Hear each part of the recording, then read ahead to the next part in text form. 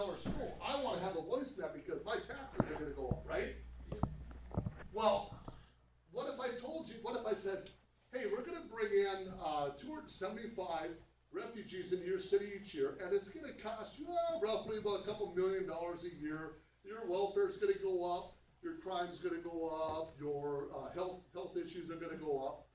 Would you vote for it? Insurance, car issues, would you vote for it? No. So what they did is they stuck this on you without your approval. This is a commodity. Why is it a commodity? Because we brought these people over from another country to do cheap labor. We bought them from these camps. We brought them over here just like we were to buy fruit and vegetables. It is a commodity, and we are taxed on it at 97%. 97%. And look at the money, the Conference of Catholic Bishops. By the way, they bailed out of this past year. You know why they bailed out? Because it went from 80,000 down to 40, and now down to 30, 45, now down to 30. It wasn't lucrative enough for them to stay in the program, so they jumped out of it. Where's the humanitarianism now? Where's the humanitarian? I thought this was a humanitarian issue. No, it was purely about money, and that's all this program was about. So Rochester, who are these foot traffickers? Who are these people that go into your city and control your city? I found this little article. It was a poster, and I just had to put it up there. Hate has no business here. We stand with our Muslim community, and they put these out as flyers across your city. Real sweet. Even though you do a welcoming cities resolution, inclusive cities resolution, you welcome everybody in here, and then they turn around and the little ponds, or the community-wide organizers, put that out there to try to control you. These groups here, and the League of Cities, that's the worst of all. But how many of you people heard about these guys? I bet you nobody's heard about them, have you? Anybody? Come on, somebody in here tell me about it. Never heard about this. We gotta take her. No, does it say compassionate? Compassionate Rochester. Compassionate Rochester. It's called Charter Compassionate. I'll read about it because I usually try to read about whatever. Well, you're gonna have to go deep in this one. I'm retired. This is good. Well, I'm gonna teach you tonight. I came here tonight because this one here really stuck in my craw. Of anything I talk about tonight, this one here really, really got me.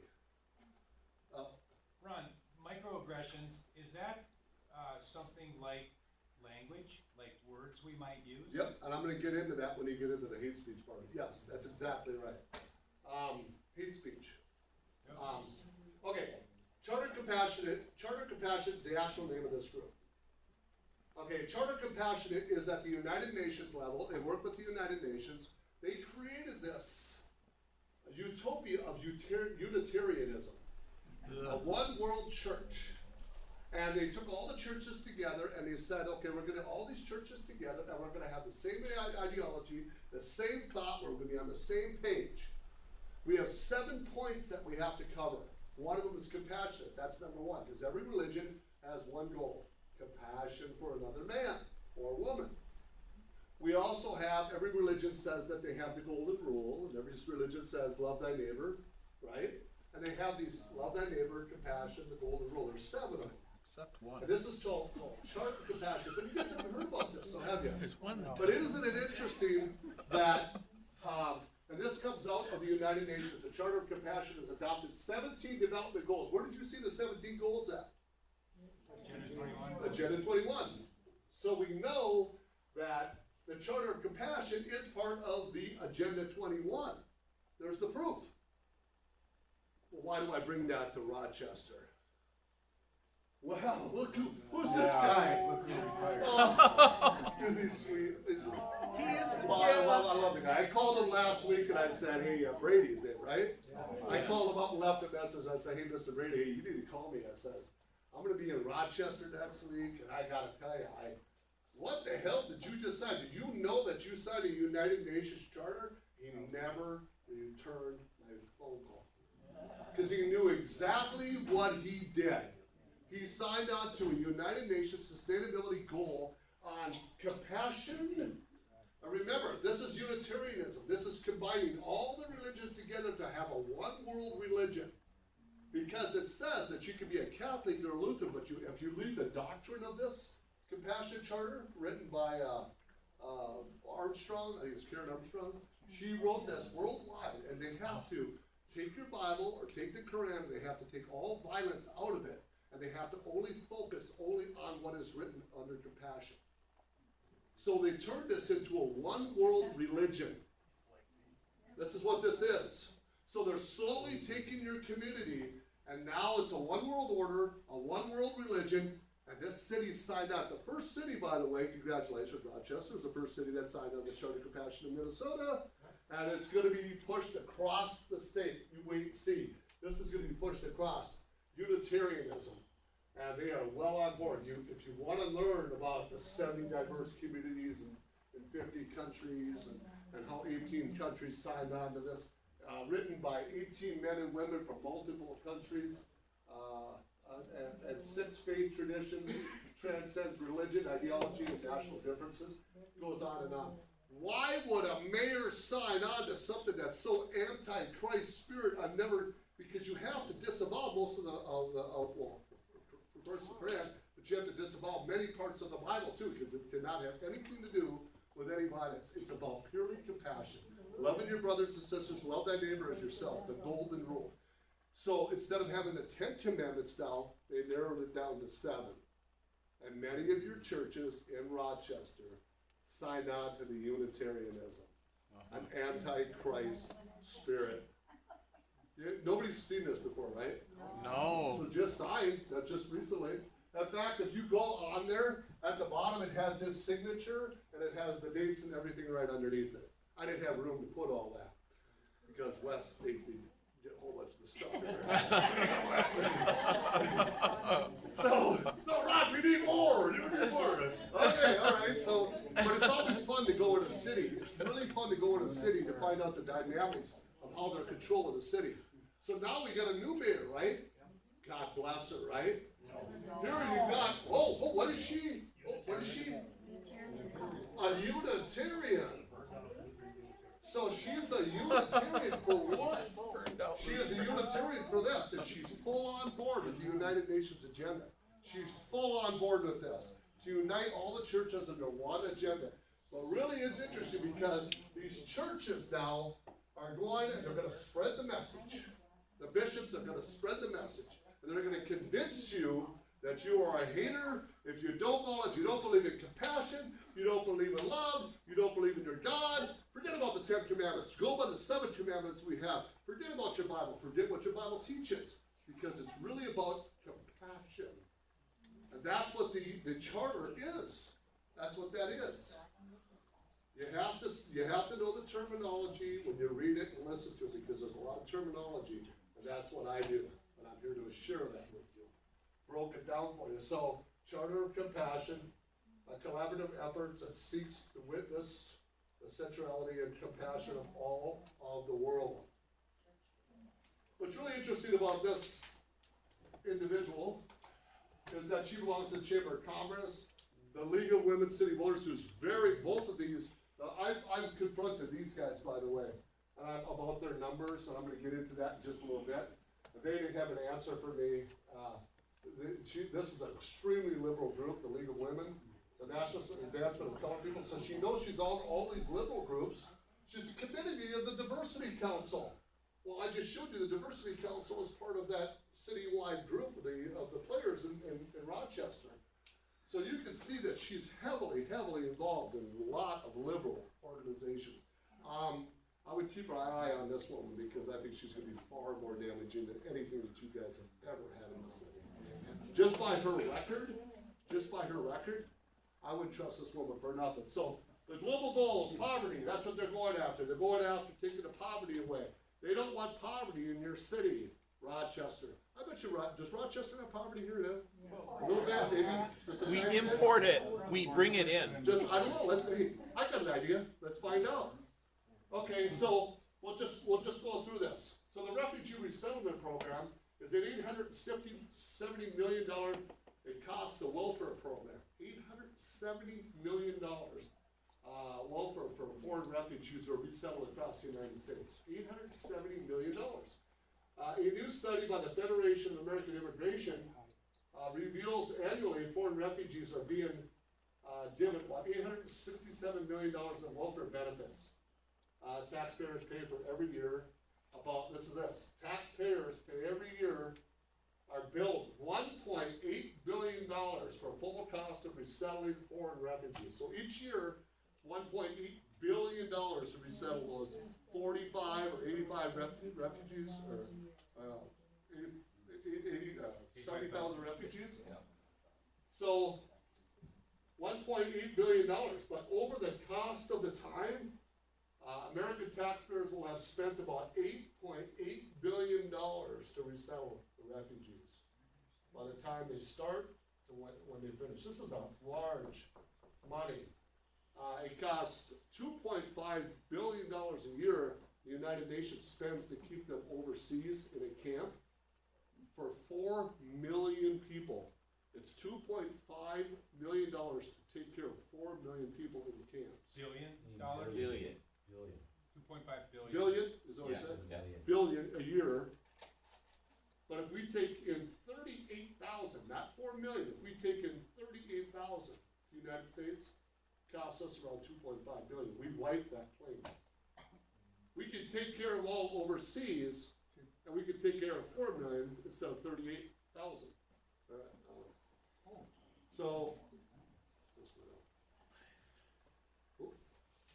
So, in Minnesota, let's break it down a little bit more. Gotta come home, right? Always gotta come home. Minnesota, what immigration means to Minnesota. This is where I got into the confrontation with the Chamber of Commerce at St. Cloud. There were 3 Rotary clubs. I snuck my way in there. And I wasn't, because I wasn't a Rotary, but I snuck my way in there and had a nice lunch, by the way, it was good. I sat in the back, and now the other Rotary clubs didn't know one from another, so they didn't know if I was or wasn't a Rotary club member. And the Chamber of Commerce, this was like 4 months ago, the Chamber of Commerce gets up there and he spills all of these. 457,000 immigrants make up 8% of the state population. That's a lot, right? Yeah. And then it goes down, what he got me was this. Is that their spending power is $8.9 billion. I thought, wow, that's a lot of money. $8.9 billion. They paid $2.2 billion in federal taxes, and in state taxes, $1.1 billion in state taxes. So if you look at that, their spending power, that's pretty good. They got a lot of spending power to put back into the United States. But the problem with that is refugees get a 43% tax break. So if a refugee and his wife make $40,000 a year, they get a 43% tax break, which puts them below the poverty level, which means they don't have to pay any taxes. So that doesn't make any sense. So I confronted the guy and I said, you have a lot of numbers up here. I said, could you explain to me, you said that they're making $8.9 billion spending power, but what about the remittance program that they send out of the country? I said they made a record this year of $28 billion to Mexico that we sent out of the United States to Mexico in the remittance program. Our money leaving Mexico that's supposed to take care of our roads, our highways, our police department, that was supposed to be spent here in the state, they sent that out to Mexico. They just set a record, $28 billion. I said there's $62 billion that go over to South America. Worldwide, it's $514 billion of remittance that leaves industrialized countries to developing countries. And he says, what's your name? He says, can I have your card? I'll research that. Yeah. I don't have that stat. So they'll tell you this, but they told you all the positives, right? But they will never, ever tell you the negatives. Sir, that is built upon, go back on Oh, yep. that is built upon arithmetic. That is not the actual return. Because if indeed they brought in the 8.9, then they would have paid, had they paid taxes, the 2.2 and 1.1. Right. That is nothing but arithmetic. Exactly. But you figured it out, right? Oh, yeah, Yeah. 2 seconds. But that's what I did too. And I sat next to a bunch of businessmen in St. Cloud, and they said, I don't get how they're gonna try to convince us that we should, because he was trying to convince us 3 months ago, He was trying to convince the biggest business leaders in St. Cloud to bring in more refugees and more illegal immigrants as possible because they are such a net asset on the state. And these businessmen, how is he gonna convince us that? We're losing businesses here. So even they were a little bit perplexed on why the Chamber of Commerce was pushing this so heavily. That information you have there, is that ever get out to the public? I mean, we're here now tonight, but that doesn't get out to the public. Never. So today, I guess just to say this, today on Sandy, the guy called in, during these last elections, there was a guy that went out and he's inside these election places. He taped all these, in these different states where the Republicans won again, and they were, all these campaign people were on, had them on tape, saying bad things about, well, just gonna vote this way and things, that way, and played that, and today, he said he was getting his army back together. See, what struck me funny is when you talked about being at the League of Cities Wars, and that woman, and the Muslims up there doing that, that needs to be taped. And that needs to come back. We're really kicking ourselves for that. Oh, Why didn't we tape that? But this gentleman today, in his group, he said they're gonna fight back now, and he's gonna start going around the country and get his army together, so they start infiltrating all these places like this, and taping it, and bringing this information back, so the public can see it. And they said, well, you think you'll get infiltrated? He said, well, we've got a good system. So when I see this today, it really plays into what you're doing here, guys, because. And don't ever be afraid to go to these events. I go to all the interfaith dialogues. I go everything I can possibly. When I walk in, they go. So they all got to shut their mouths and play, but they usually don't. They'll just fill it out. They don't care. Yeah, keep going to infiltrate these things. They're actually kind of fun. So. That last slide there, immigrants are essential to cheap labor. Where do you see that? I mean, that's what I think. Oh, no, that's 100%. You look at, again, remember I told you in the beginning that all I did was focus on Austin, Minnesota. That was my main gamut. I was obsessed. I used to sit till 4 in the morning in Cathedral City, California, till 4 in the morning. People told me about this. Like, what was that? Oh my God! I called people up the next day and said, "Do you have any idea about this Blandon Foundation? Do you have any idea about this welcoming cities and welcoming centers and all these different things that the Hormel Foundation created, all these different levels?" And they go, "No, we didn't know any of that." And then we started figuring out that we're all being sent to schools. Did you know they're being sent to schools in Minnesota? At the Sugar Lake Lodge up in Grand Rapids, Minnesota, they go to these retreats. The mayor of Long Prairie went to a retreat 6 times, and he multiculturalized the whole city. The whole city's up now. But he says that, he said, if it wasn't for the teaching of the Blandon Foundation, I never would have done what I did. And Austin is partnered with Blandon, along with the Mayo. They've all partnered together, and they actually have schools that train these people. What's the definition of here? Well, anybody here, that's a good question. So an immigrant could be an H-1 visa, it could be an immigrant that crosses, not just illegal, because I'm glad you brought that up, because in Rochester, a lot of the immigrants, they look at the numbers, a lot of the H-1 visas here are doctors and whatnot, so they have a lot of really strong, this city's a little bit different than any other city in Minnesota, because some of the immigrants that bring here are very high, very qualified doctors, so they actually elevate the program up.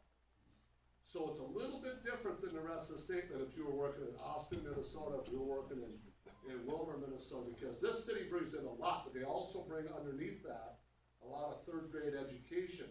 And I'm gonna show you a stat on that, because that was a good question, by the way. Yes, an immigrant could be anybody from a doctor all the way down. But I'm gonna show you that in just a second. So in Minnesota, yeah, I'm gonna show you both sides.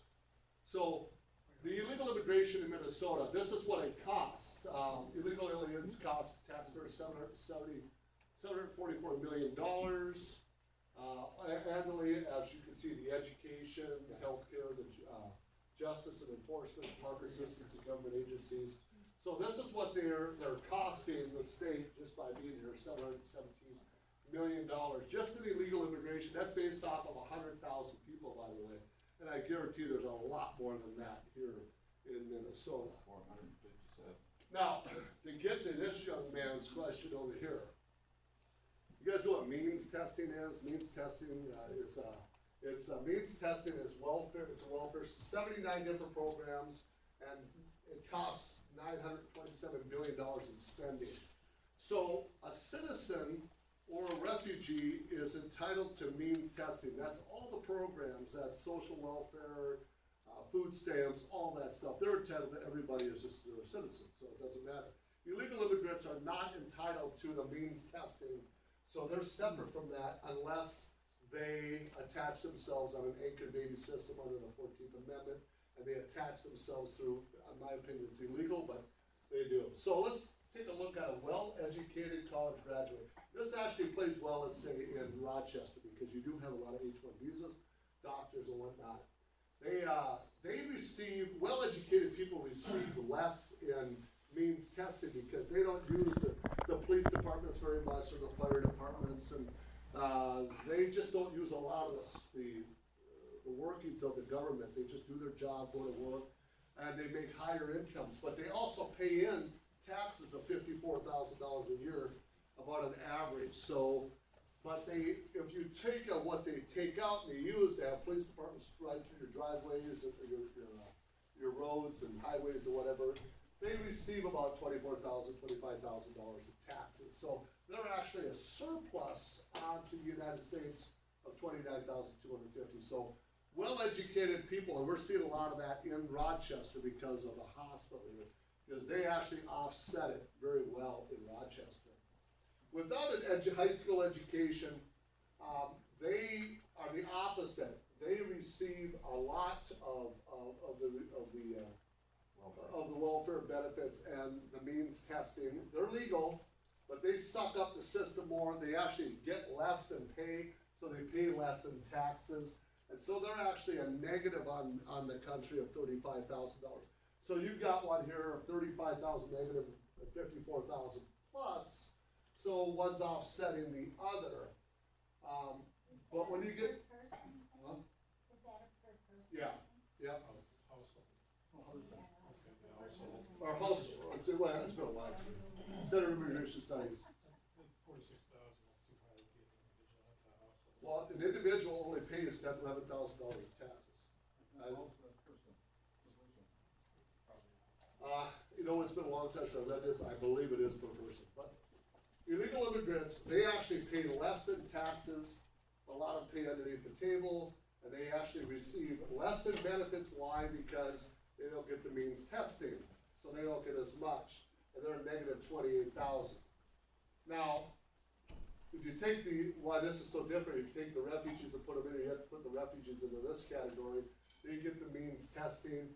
Most of these refugees, they come over here, especially from Somalia, have less than a third grade education, so they're actually soaking up more of this.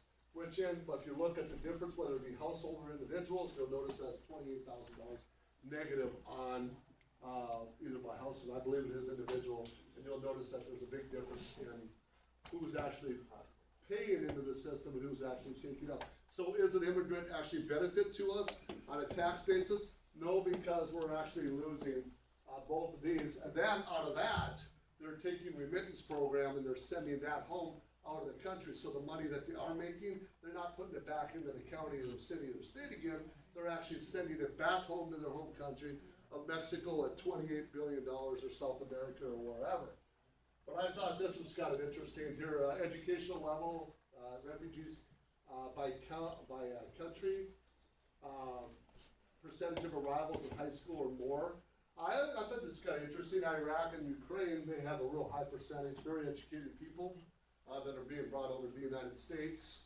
And then, but what's really I don't like about this is that we're not really getting a lot of these, are we? We're getting some of these. Actually, we're getting a lot of Iraqis. None of these. The largest percentage we're getting here in Minnesota is the Iraqis and the Somalians. So we're getting, especially on secondary migration, we have the largest population of Somalians throughout the world outside of Somalia.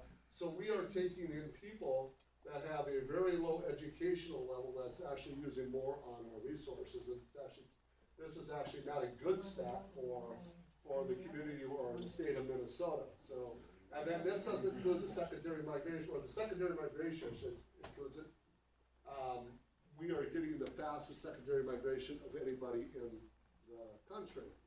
So if you look at, in past years, we've gotten them from Burma, Ethiopia, Iraq, and these were all at the bottom. And you're noticing it's about 28,000, that's first migration into Minnesota, that's only first migration.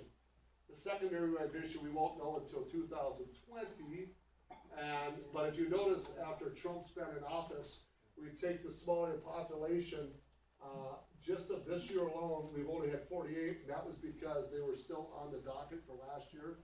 They were accepted. In the last 6 months, they're at 0. Liberia is at 0, Iraq is at 1. These are the two that we were getting the most. So, as you can see, Olmsted County in 2017 had 176, and in 16 they had 60, and that is actually dropping more and more.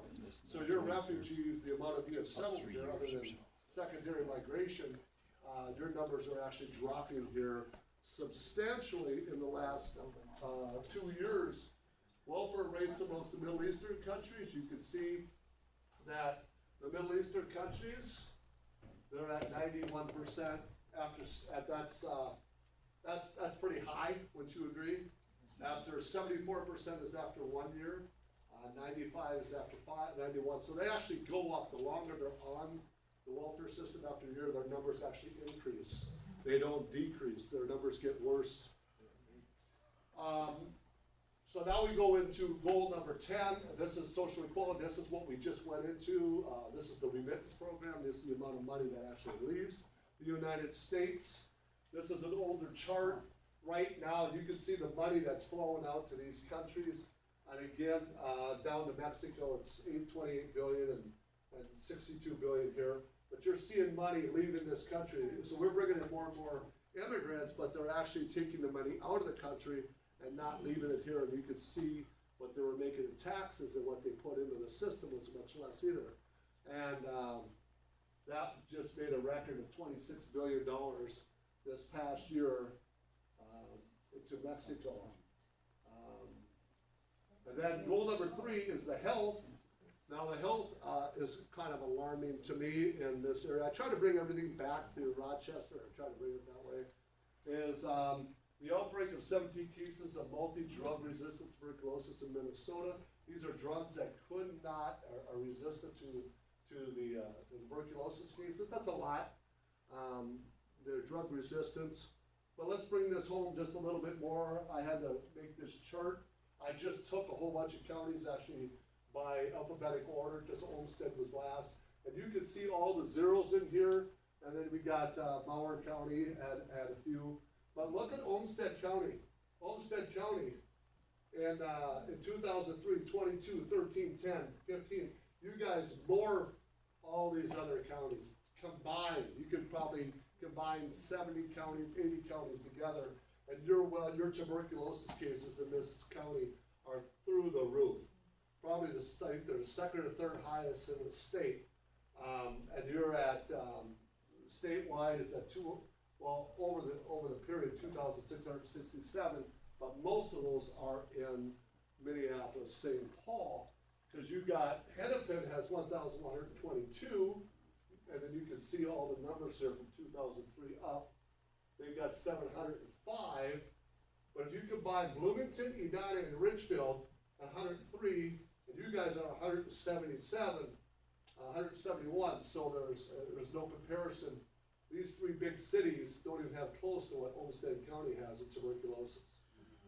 So you guys, you know, this is kind of a scary thought here, because there's a lot of stuff that's happening, and I'm sure it's maybe because they come to this hospital, maybe they live here, I don't know. All I know is that this is, those are some pretty scary numbers.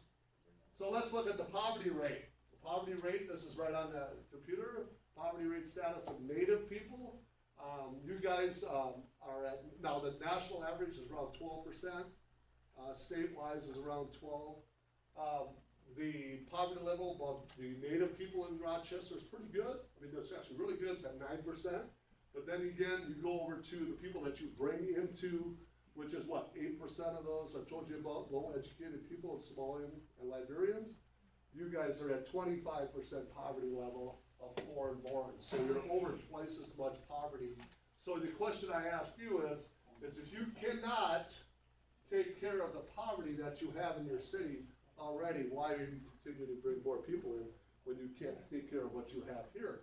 Because you have the white population, the poverty rate's 7.44, the black population is at 43.72.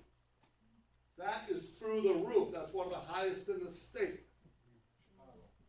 Yeah, I don't know about Chicago, but all I know is 43.72 is through the roof on poverty. So why would you want to even continue bringing more people in from a foreign country like Somalia, and we're stopping that, from these third world countries, when you folks can't even take care of what you have here? If you can't take care of your own children, why do you want to adopt more children? I mean, that's that high. That's ridiculous. That's through the roof. Are you saying that the black population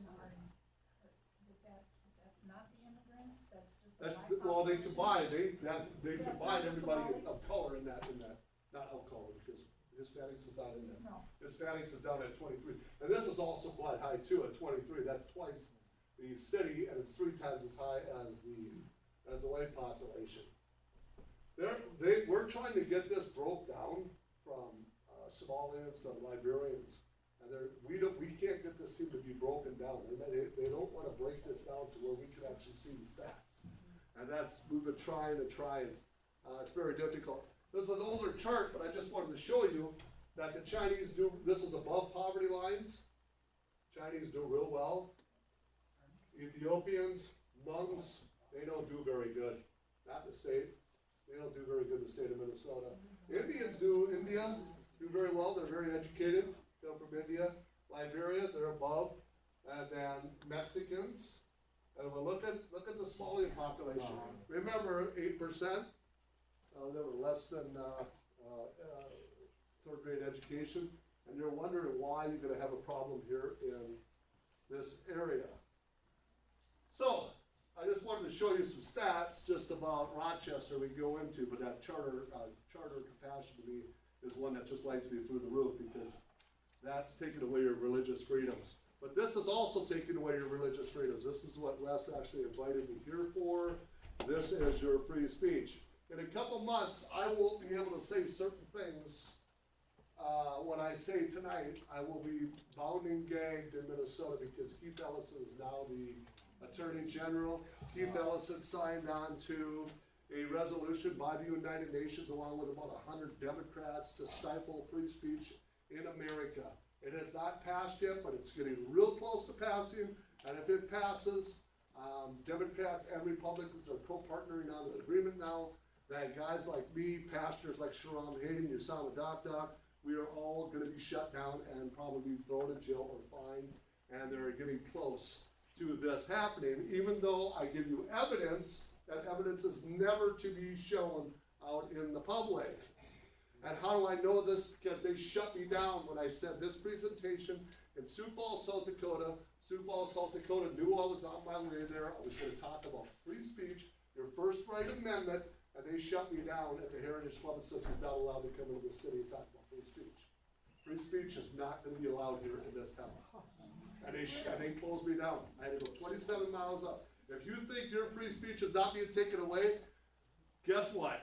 They signed bills on it, and I'm going to show you the bills that were signed. And this is to everybody in this room. Your free speech is this close to being taken away. And Olmsted County voted in the one guy who's going to take that away from you. And remember I said the refugees and immigrants, it says, however, immigrants and refugees are a distinct group governed by the separate legal framework.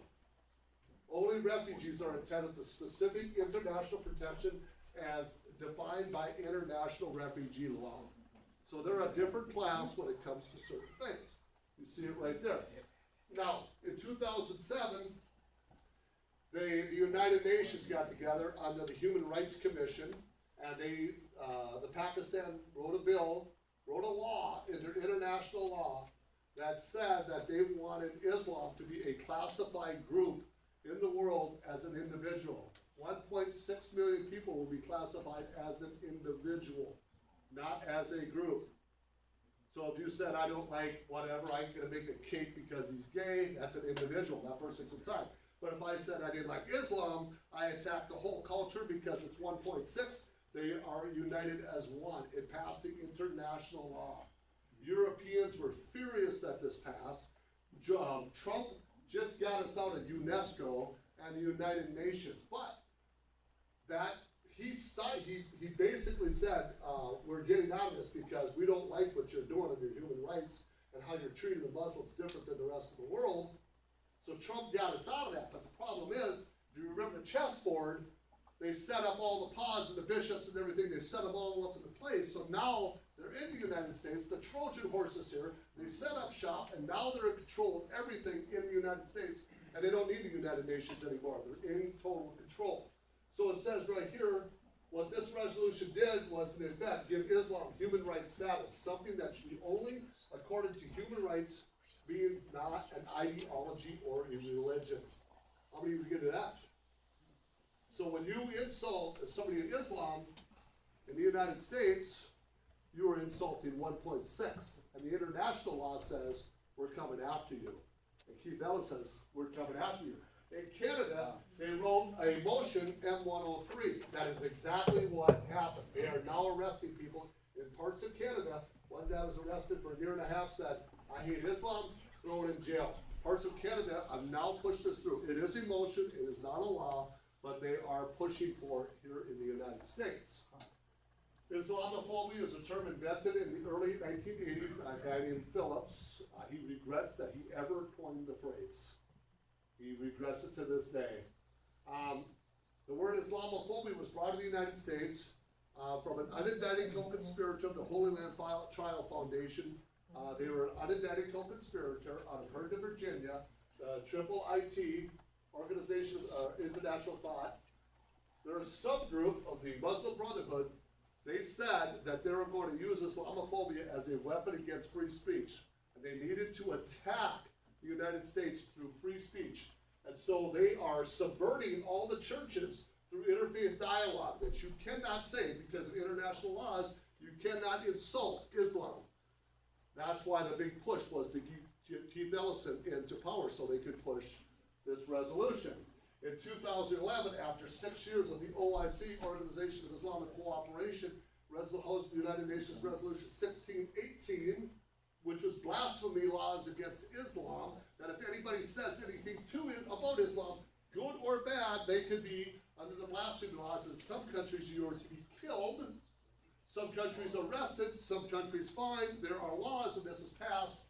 And in 2011, Hillary Clinton, in a 3-day closed-door meeting with Exotoglu, Ekmedlin Exotoglu, he was the head of Turkey.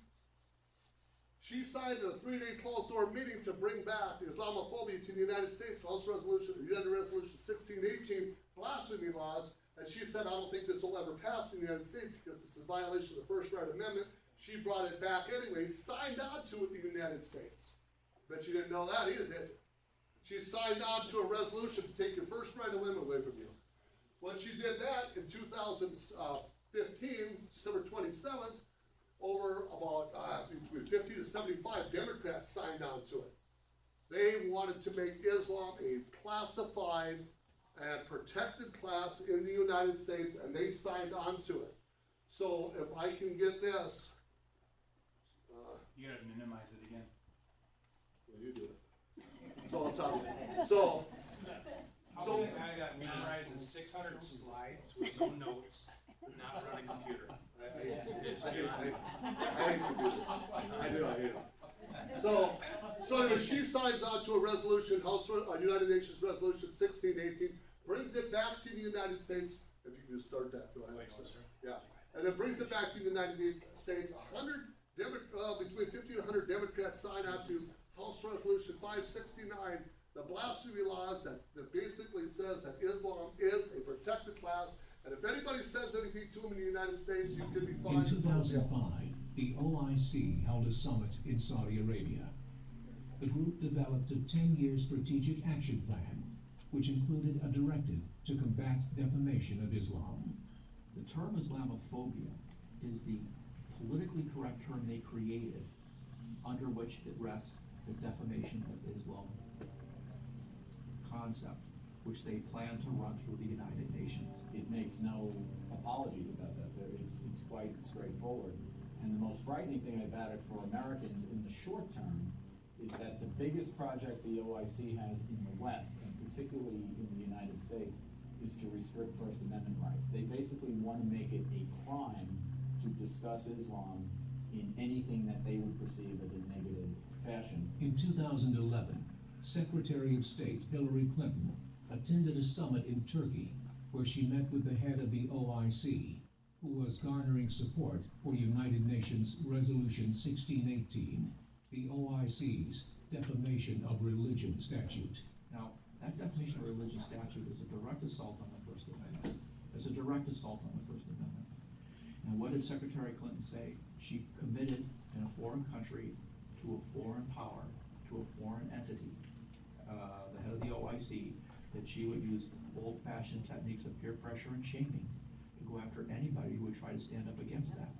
And I want to applaud the organization of the Islamic Conference for its leadership in securing the recent resolution by the United Nations Human Rights Council that takes a strong stand against discrimination and violence based upon religion or belief. I mean, these are the words of the apologists.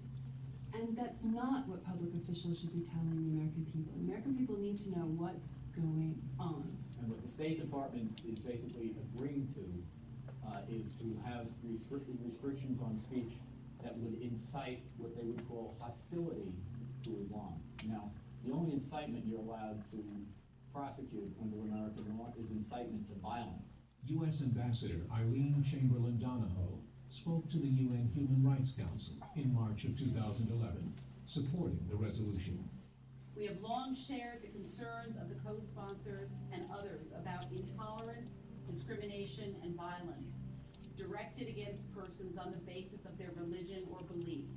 The Brotherhood says to Al-Qaeda and the Salafi movement, look, we can do this through legal means, guys. Elections. They're doing it in the Middle East and North Africa, right? They're winning elections throughout the region. The Brotherhood's doing it through completely legal means in most cases. They're winning elections. They're getting jobs in the media, in academia. They're infiltrating.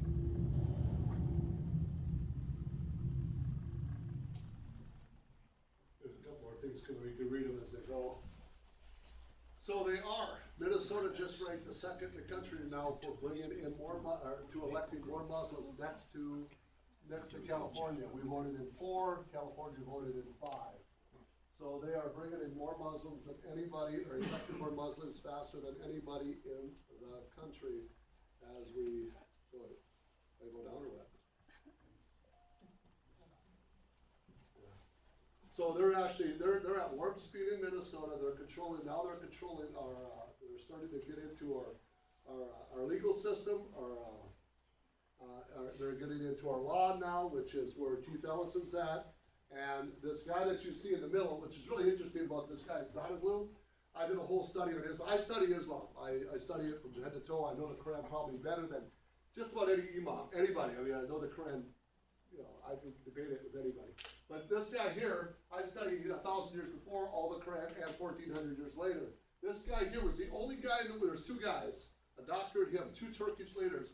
And why he's doing what he's doing, you know that Islam is a political movement. Why do I know that? Say it's 86% political and 14% Islam. Because this guy was the first guy to ever do a palm test on the mushafs, which is the manuscripts that were made back in the time of Muhammad, and found out that all Muslims believe that these manuscripts were given to them at that time. Found out, and he was the one who did the palm test on it, found out that none of these manuscripts date back to the 7th century. Or 8th and 9th century. So he knows that Islam is false because he did the palm test on all the mushafs. But yet he holds the power at the OIC. So why is he pushing something that he knows is false? Because Islam is a political movement. And he admits that the palm tests on the mushafs, the 6 mushafs, the Sana, the Summerton, the Topkapi, all of those were false and not written at the time of Uthman. So it says here that what is blasphemy, because if you blaspheme against Islam, there are 5 different schools of Islamic jurisprudence out of Al-Azhar University in Cairo, Egypt. When you look at the manuscripts or the schools of jurisprudence, which is the law of Islam, which all laws are followed through the schools, there are 5 different theories or 5 different ways from whichever part of the Islamic movement you're in. They all pretty much agree on everything, but you take the Hanbali, and it says it's mandatory in cases of blasphemy that both Muslim men and women, and to repent, if not accepted, they will die. It says only here that they will be murdered in the case the punishment is death. So the movement says under Islam the punishment is death under all 5 levels of Islamic jurisprudence. And they passed this at the United Nations, tried to bring it into the United States. So every Islamic movement, every imam knows that the 5 schools of jurisprudence is death. Is death. And so when they get this movement here in the United States, it is at some point they shall kill you if you talk at all. But her conference announcement immediately reignited the OIC's demands for the West to punish anti-Islamic speech, to punish us. That was the goal.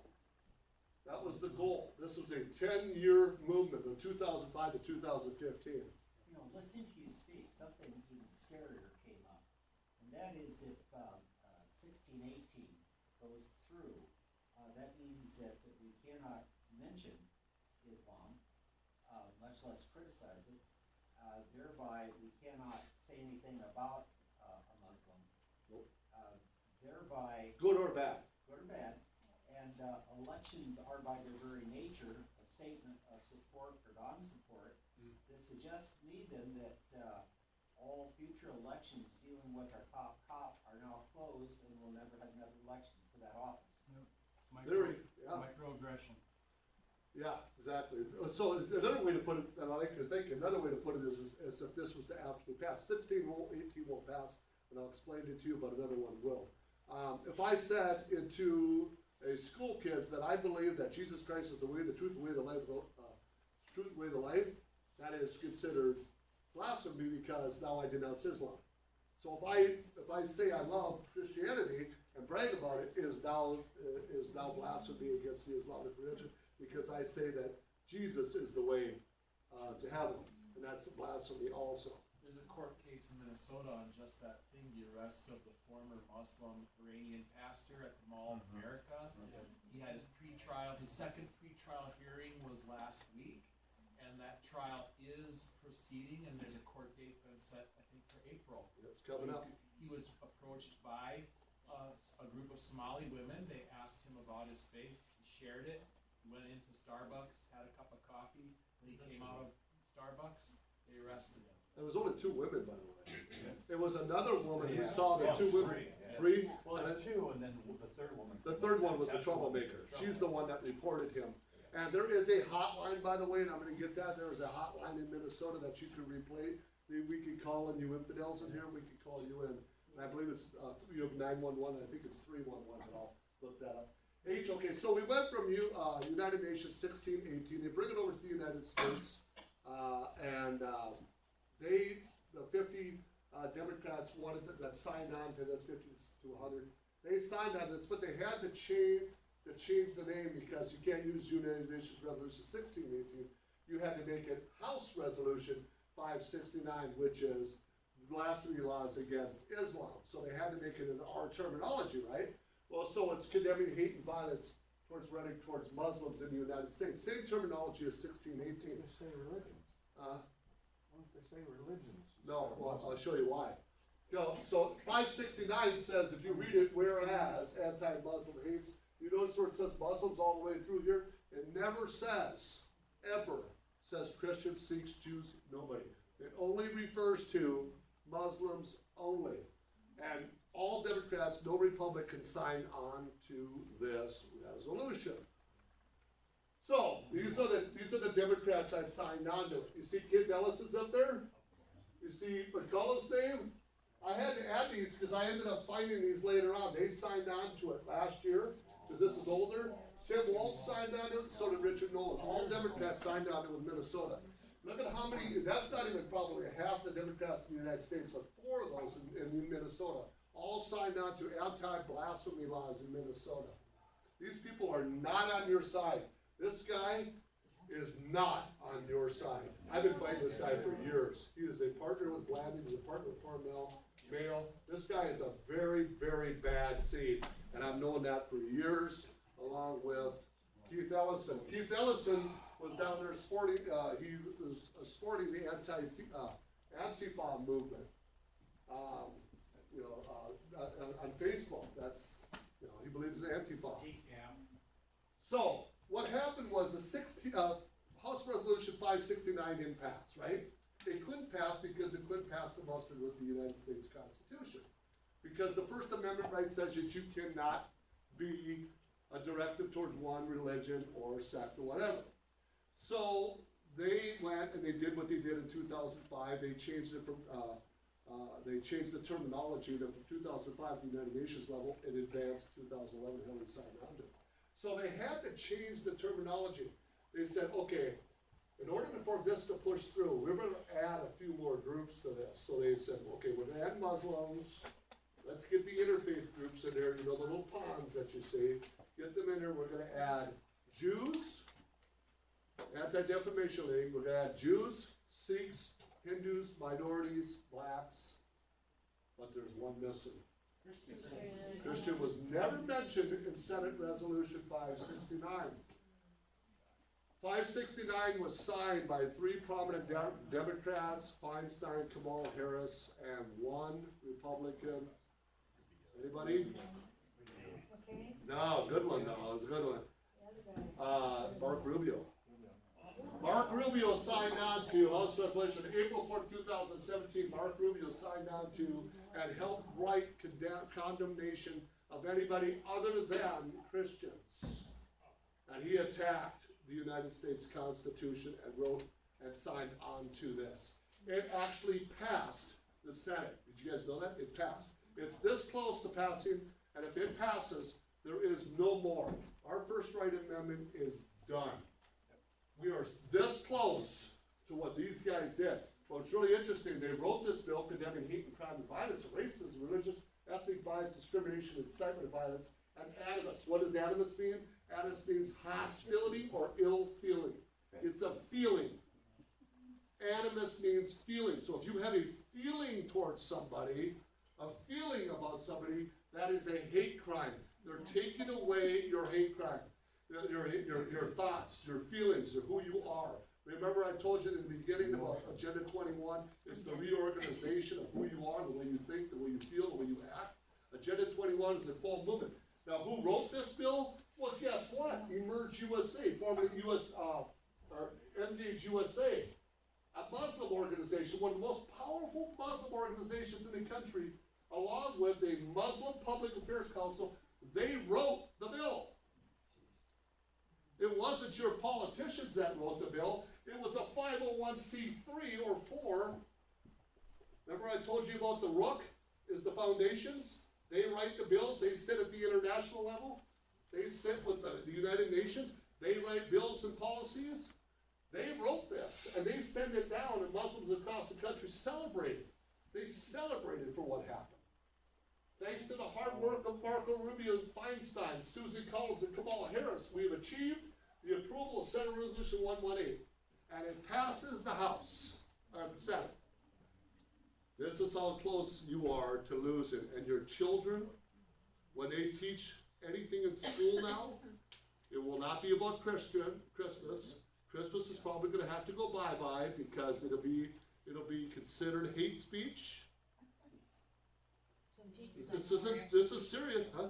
Some teachers I know were asked to take their Christmas trees, anything with a tree, down in their class. And by the way, under the 1972 Act of Lemon versus Vitale, you could actually leave those up there for at least 1 week, because it's a celebration, so they don't have to take those down.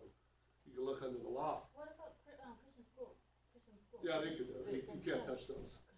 Now, so we got, so now it went from Senate Resolution 118, right? The one that they passed at the Senate. So then they go, okay, now we gotta bring it to the House, and they brought it back to the House with the same terminology as 118, they did not change it at all. It is now sitting in the House, hate and violence, animus, hostile feelings, this is about feelings, targeting a minority in the United States. They don't consider you a minority, so if you have an ill feeling, if you have a thought, the thought is considered a hate. This is, I mean, we laugh. Your kids will probably, grandkids will never see the first right amendment the way we see it. So here it is. Here's the House Resolution 257. It actually describes it, encourages the Department of Justice and other federal agencies to work to improve the hate crimes, to emphasize the importance of the agencies. It goes on and on talking about how they must stop us from speaking out at all. Well, then here's HR 257. Again, they only mention in this whole thing only one group, white supremacy, because of that incident that happened 2 years ago when that guy backed up that car in North Carolina, when the white skinheads. They actually wrote this right after that, and the Anti-Defamation League was involved in writing this. So the question is that the ruling on these people all swore to uphold the Constitution. Well, the law they just read, they just are writing and trying to pass, is not, they are going against the Constitution, which they took an oath of office to uphold. And sworn to do that, and the question is that the Supreme Court, the laws will have to get to the Supreme Court, and the Supreme Court will have to rule whether they can take your freedom of speech away, and as far as I'm concerned, my religion away, freedom of religion, that's school that you're attacking. And I don't know how this can even pass, because it is actually, they're sworn to uphold the Constitution of the United States. I see a civil war coming. If this goes through, I actually see a civil war in the United States taking hold. And anybody who speaks up is gonna be arrested. That, like I said. I'm just telling you this. Well, the thing is that you see in France, what took place in France this last 3 weekends, the people over there are catching on. Yep. And they're saying no more. And that, as I sat here and I listened to you all tonight, I know why they hate Trump. Yep. I know what you just put on the screen all tonight is exactly why they do want Trump out of office. Yeah. That's exactly that these people are pushing to do that. My other question to you is, in this group, this church group, that you put up on there in the beginning, part of the United Nations, that emblem, I'm a 501c3, I'm part of an organization of 501c3. If we had to do a mission statement, I have to say that we take X amount of money, and we give X amount of money back.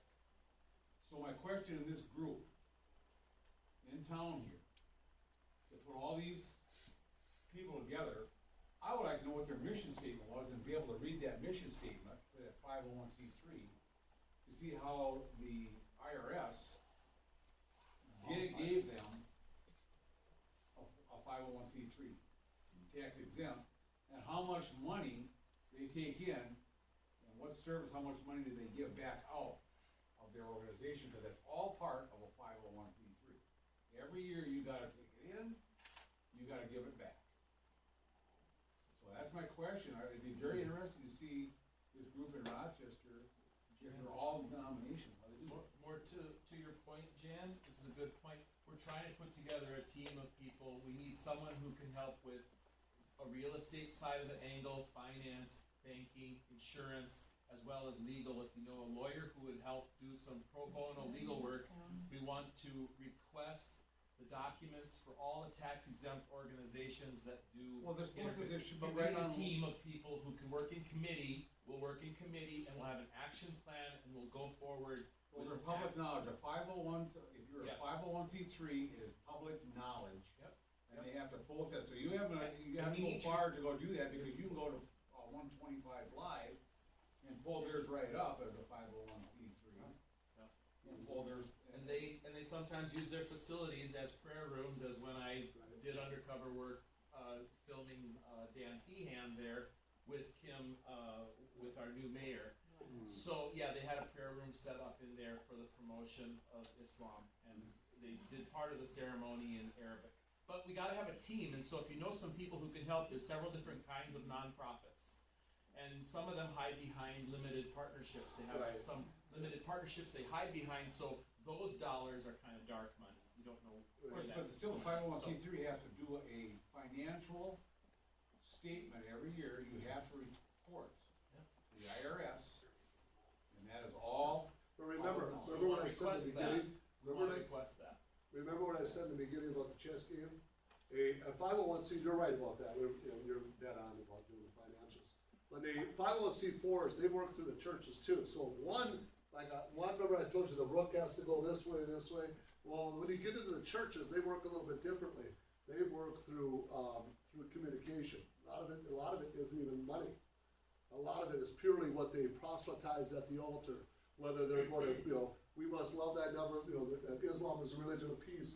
A lot of it is purely not even money. It is a message that they're sending out, they're putting through the schools, putting through the education, putting through Common Core, through the United Nations, and they're doing it through a message, and there is no money. A lot of times 501c3, they gotta report, my point is, again, you have to report something, so someone's gotta be giving them money somewhere, because you can't be that entity and not have the money, because it's a tax exempt entity. And so therefore, it has to have some form of money coming in and money going out. And that's something we have to look into. That's called corruption. We need a team. So to go on here a little bit, because we're getting close. So what happened is they got down to the Anti-Defamation League was a little upset because Muslims were getting all the attention, and with Islamophobia, hey, and nobody was protecting the Jews. Jews said, hey, wait a second, we're more persecuted than the Muslims, and they are. They're 66%. They're way more persecuted when it comes to hate crimes in the United States. They're much higher. They said, why are we not getting the bill higher? Why are they getting all the attention? So the Anti-Defamation League partnered with them, and they wanted to get on this Senate Resolution 118, and they wanted to be part of that. It's Muslims, Jews, Sikhs, Hindus, minorities, and blacks.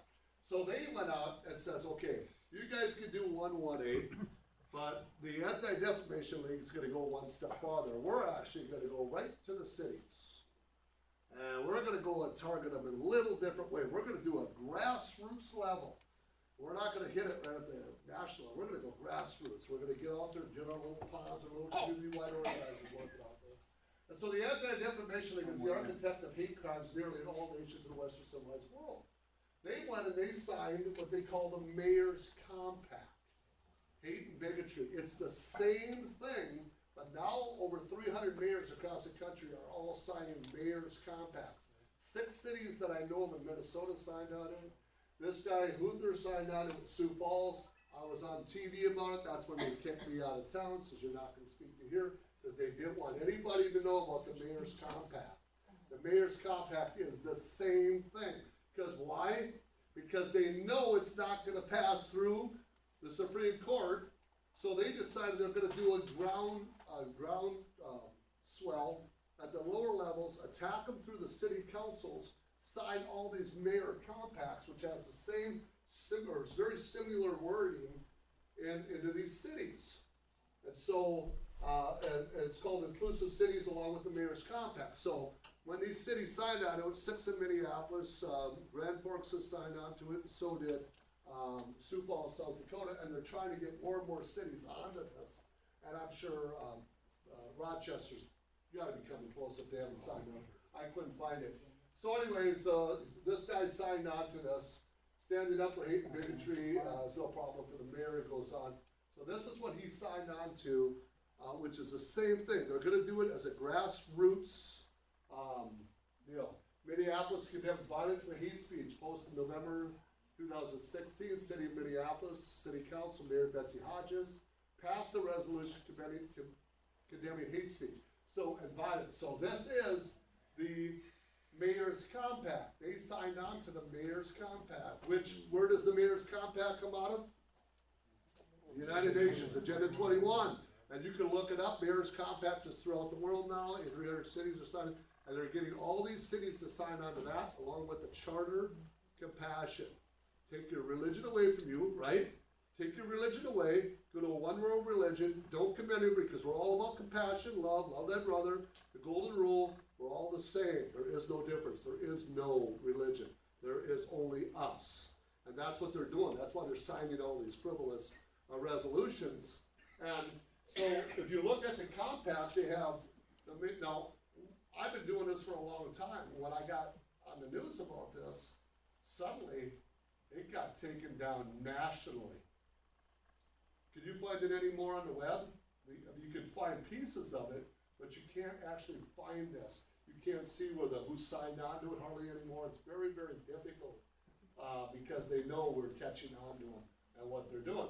It says read number 1, it says expressly rejecting extremism, white supremacy. There again, remember you saw it on HR 257, but suddenly it's on the Mayor's Compact now. It's on there for hates and bigotry. But look at here, look what they did in Minneapolis. Encouraging residents in their communities to report hate incidents, crime,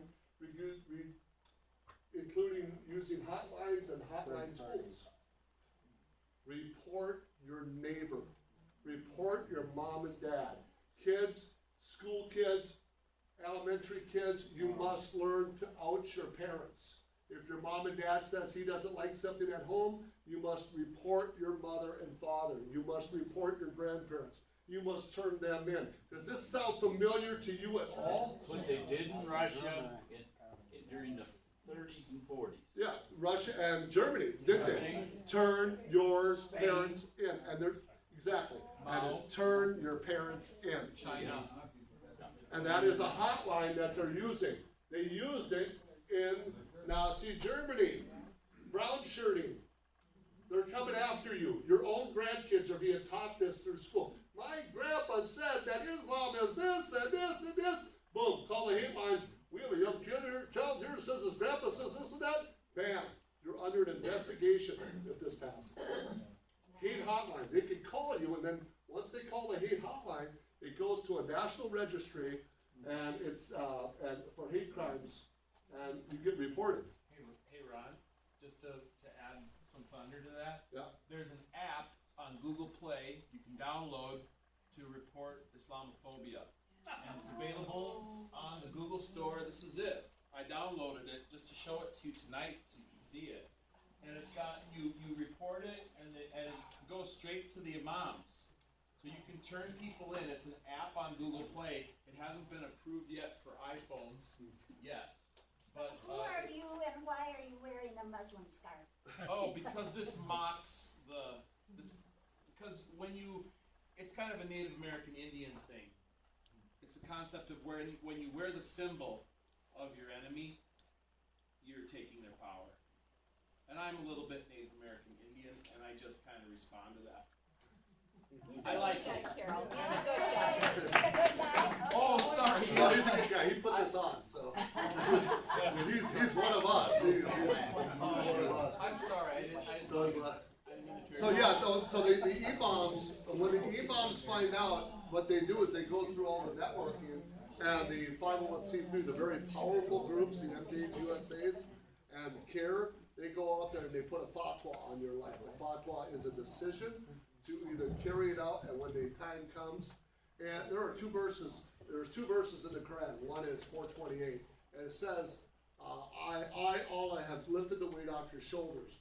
Basically, it says, in the commentary, it says, because you are weak in the land of Darul Harb, which is the land of the enemy, which is here, this is the Darul Harb. When you're in the land of Darul Harb, the land of the enemy, you must be as they are, act as they are, do as they are. You must be one of them. Until the verse of 435 of the Quran says what? Until your numbers have increased to the level that you will subjugate, and you will 927 and 95 and 847 and go on and on, 109 different verses. It says that you must be as they are, do as they are. Because why? Because the Constitution is a man-made written law. It is forbidden because no man-made written laws to rise above the laws of Islam. Man-made laws must be destroyed under 4 or 5 levels of Islamic jurisprudence. So I'll give you an example of that. It is in Somalia, and I read the whole Somali Constitution. Somalia, Section 8, Article 3, Section 8 of the Somali Constitution says that if you're in a land other than Somalia, your constitution always reigns above the constitution of the land that you're in. The Somali Constitution says that. Okay? Also in that same article, in Article 15, it says genital mutilation is forbidden. It is barbaric. Wait a second, I thought Somalia says genital mutilation is barbaric, but yet they do it because Islam rises above their